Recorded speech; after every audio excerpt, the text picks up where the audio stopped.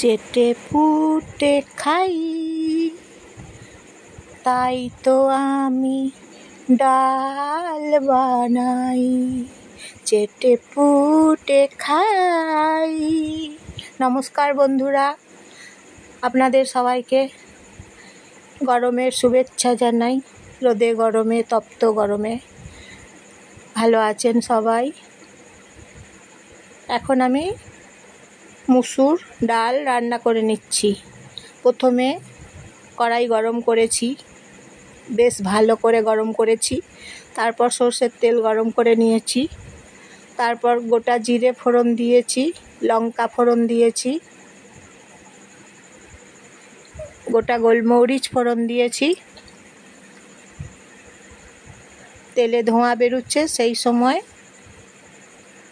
ডাল কড়াইয়ের মধ্যে ছেড়ে দিয়েছি। তারপর জল দিয়েছি। তারপর নুন, হলুদ দিয়েছি। তারপর গরম মশলার গুঁড়ো আর গোলমরিচ গুঁড়ো দিয়েছি ডালের মধ্যে। বেশ বানানো ডাল ঝাল করে বানিয়ে নিচ্ছি। তাই আমি চেটে পুটে খাই, তাই তো ডাল বানাই।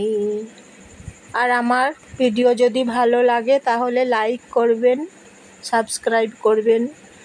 নমস্কার আপনাদেরকে।